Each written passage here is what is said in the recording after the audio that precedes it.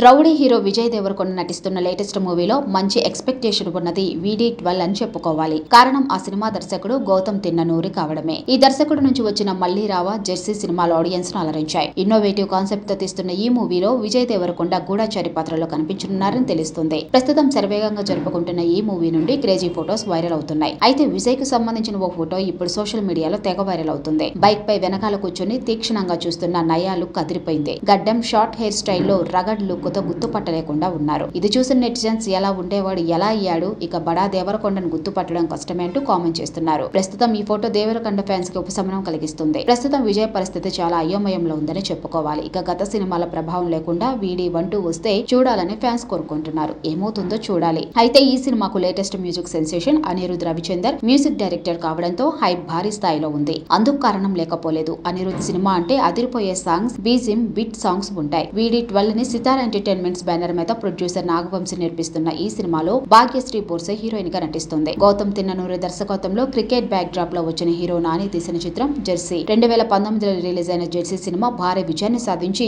ఇప్పటి వరకు అనేక అవార్డులు గెలుచుకుంది. ఒక్కో సాంగ్ చార్ట్ బ్లాస్టర్ అవ్వడంతో ఇప్పటికీ ఈ సినిమాపై హైప్ నెక్స్ట్ లెవెల్లో ఉంది. మరి ఇలాంటి కాంబోలో వస్తున్న VD12 ఎలా ఉండనుందో తెలియాలంటే కొన్ని రోజులు ఆగాల్సింది.